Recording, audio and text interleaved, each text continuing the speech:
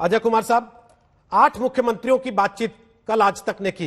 एक सुर में सब कह रहे हैं कि नहीं, लॉकडाउन की जरूरत नहीं है, लेकिन जब 1.5-2 लाख से ऊपर केस जा रहे हो, क्या आपको लगता है देश को एक और लॉकडाउन चाहिए? देखिए, पहली बात है रोहित जी कि लॉकडाउन या किसी तरह का निर्णय हेल्थ एक्सपर्ट के द्वारा लिया जाना चाहिए। ठीक है। दूसरा है कि अगर हम ये स्थिति में पहुंचे हैं रोहित जी, तो पहला सवाल सरकार से ये बनती है कि 385 दिन हो चुके हैं जब से पहले बार।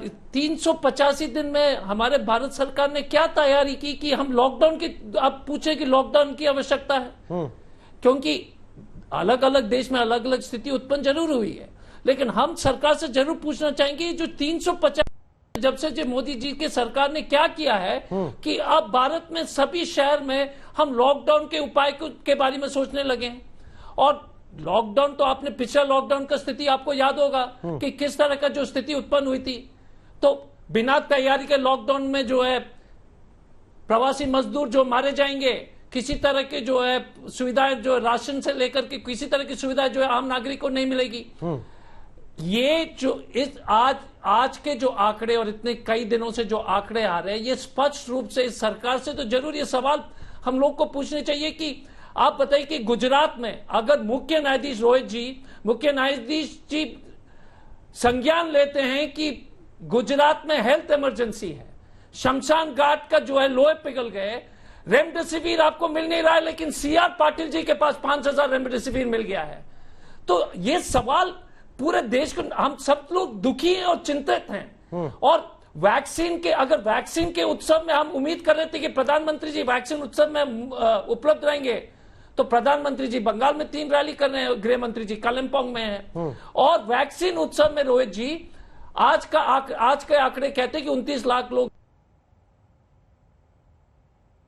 सर आवाज कट गई है। आज 29 लाख से आवाज आ रही है क्या? अब आने लगी, बोलिए बोलिए बोलिए। हाँ, फ्रीज हो गया था, बोलिए। आज वैक्सीन उत्सव के दूसरे दिन 29 लाख के आसपास के जो है टीके दिए गए हैं, ये आंकड़े बोल रहे हैं। ठीक है। लेकिन वैक्सीन उत्सव से पहले हमने 40 लाख 43 लाख तक जो हमने जो वैक्सीन हमने टीकाकरण किया था। हर एक प्रदेश में किल्लत है वैक्सीन का। ये सरकार को मालूम था कि ये वैक्सीन की कमी होगी। ठीक है। आपके अपने आंकड़े कर, लास्ट में इतना ही कहूंगा कि दुनिया में 13 वैक्सीन के आसपास अप्रूव हो चुका है। जब हमने प्रश्न किया था, राहुल जी ने प्रश्न किया था, तो रविशंकर प्रसाद जी ने कहा कि कमीशन के बारे में। आज हमें लगता है सरकार ने आपकी सुनी है। गौरव भाटिया, कुछ सवाल सीधे तौर पर अजय कुमार ने उठाए।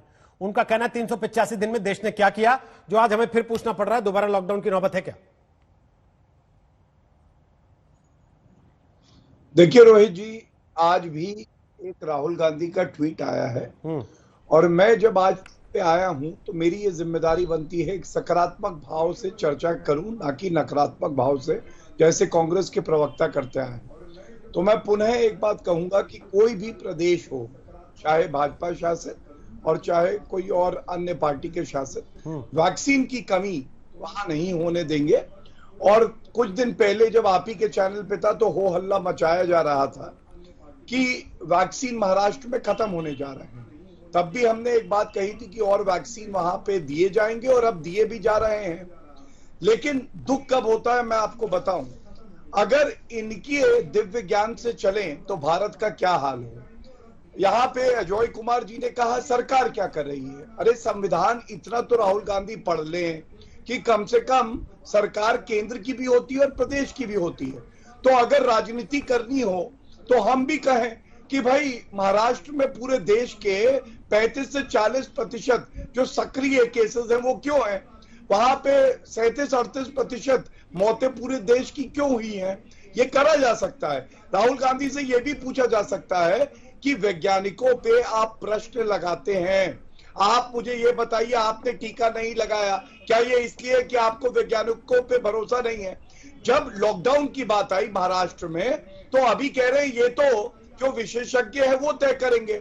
जब नरेंद्र मोदी जी ने देश हित में ये फैसला किया था, रोहित जी आप याद करिए, अप्रैल 2020 का, राहुल गांधी के शब्द हैं, lockdown is not the solution, lockdown is not the solution. तो क्या आज हम भी राजनीति करें? मेरा सिर्फ इतना कहना है, चाहे वो वैक्सीन हो, चाहे वो तालमेल बनाने की बात हो राज्य की सरकारों से, हम तालमेल बना के कार्य करेंगे और कहीं भी वैक्सीन भी मिले ये भी सुनिश्चित करना है, और साथ ही साथ जो बेसिक चीजें चाहिए, अस्पताल हो, नर्सेज हो, वेंटिलेटर हो, दवाइयां हो, ये सब भी उपलब्ध कराई जा रही हैं। केंद्र सरकार तत्पर है।